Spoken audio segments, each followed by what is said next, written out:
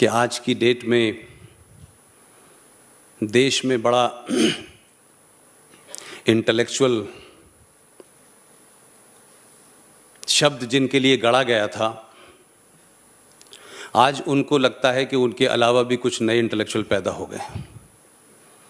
इसलिए संकट आ गया है कि उनके इंटेलेक्चुअलिटी को लोग चैलेंज कर रहे हैं।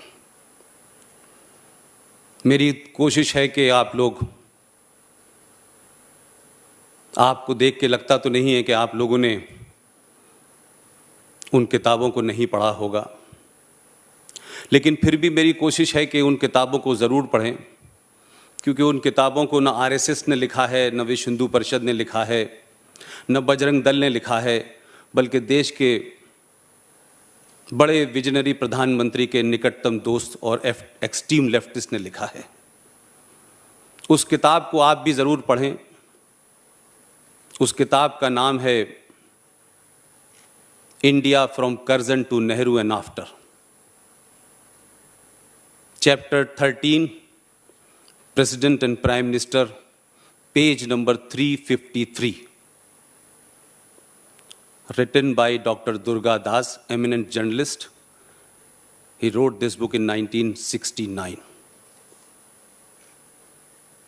उस वक्त के प्रधानमंत्री के संबंध राष्ट्रपति डॉक्टर राजेंद्र प्रसाद से कैसे थे, क्या क्या उन्होंने करा, कैसे कैसे डेमोक्रेसी की बातें हुई, उस चैप्टर में आपको वर्ड बाय वर्ड मिल जाएगा। क्योंकि हमारे यहाँ किताबों के रेफरेंस से ये माना जाता है कि आदमी सच बोल रहा है। ऐसे ही एक देश के महान बहुत बड़े वकील हैं,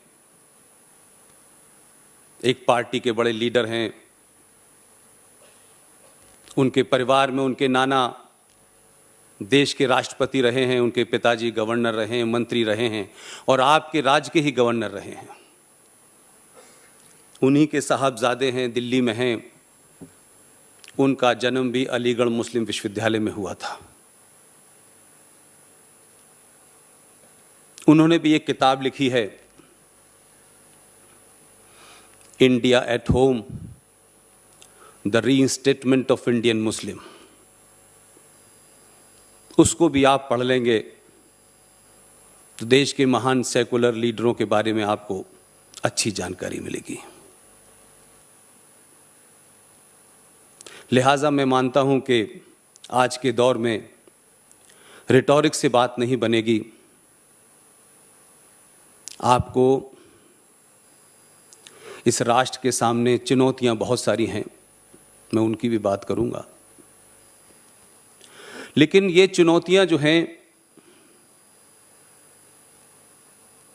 उसको काउंटर आपको अपनी मानसिक शक्ति से करना होगा,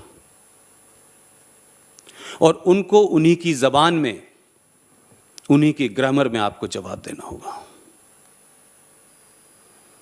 ये मुमकिन नहीं है कि आप 5000 साल पुरानी सभ्यता, सनातन संस्कृति के वाहक, उस आदर्शवाद से आज के सामने जो भारत राष्ट्र के सामने चुनौती है उनका जवाब दे पाए।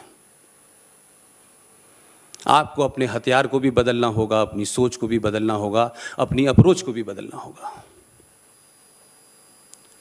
और अभी तो इस देश ने कुछ बदला ही नहीं है, बस हल्के से कोशिश की है बदलने की, तब देश में चिंताएं उठने लगी हैं।